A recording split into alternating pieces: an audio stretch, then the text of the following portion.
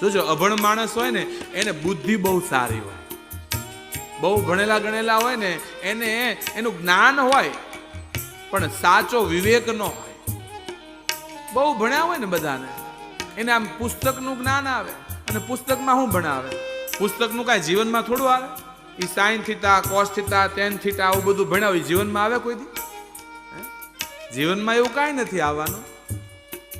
પેલી વાત છે ને, જીવનમાં ભણતર કરતા ગણતર બહુ મહત્વનું. ગણતર હોવું જોઈએ તમારું. એકવાર એક મોટું મકાન બનાવવામાં, એ મકાનની અંદર કાંઈક લાઈન ફિટિંગ કરવામાં આવી અને એ મકાનની અંદર એક વાયર પસાર કરવો હતો. એ ફિટિંગ જે કર્યું હતું ને એમાં બધાએ પ્રયત્ન કર્યો, પરંતુ એ લાઈનમાંથી એ વાયર નીકળે નહીં. બહુ બધા પ્રયત્ન કર્યા અને આમ બધા વૈજ્ઞાનિકો ભેગા થયા અને પોતાનું ગણિત લગાવે ને વિજ્ઞાન લગાવે ને ઘણા પ્રયત્ન કરે, પણ પેલો તાર પસાર ન થાય. ભૂંગળું મોટું હતું, બધું હતું, અટપટું અંદર નખાઈ ગયેલું, તાર પસાર ન થાય. બધા હારાન થાય કે હવે શું કરું? એમાં એક છોકરો નીકળ્યો, ગાડ બકરા ચલાવતો, આપણો માલધારીનો છોકરો, ભણેલો નહીં પણ ગણતર પૂરેપૂરું. પેલા કેમ હલવાના, શું થયું? એ કે આ લાઈન અમે નાખી તો દીધી પણ આમાં તાર પસાર કરવો થતો નથી.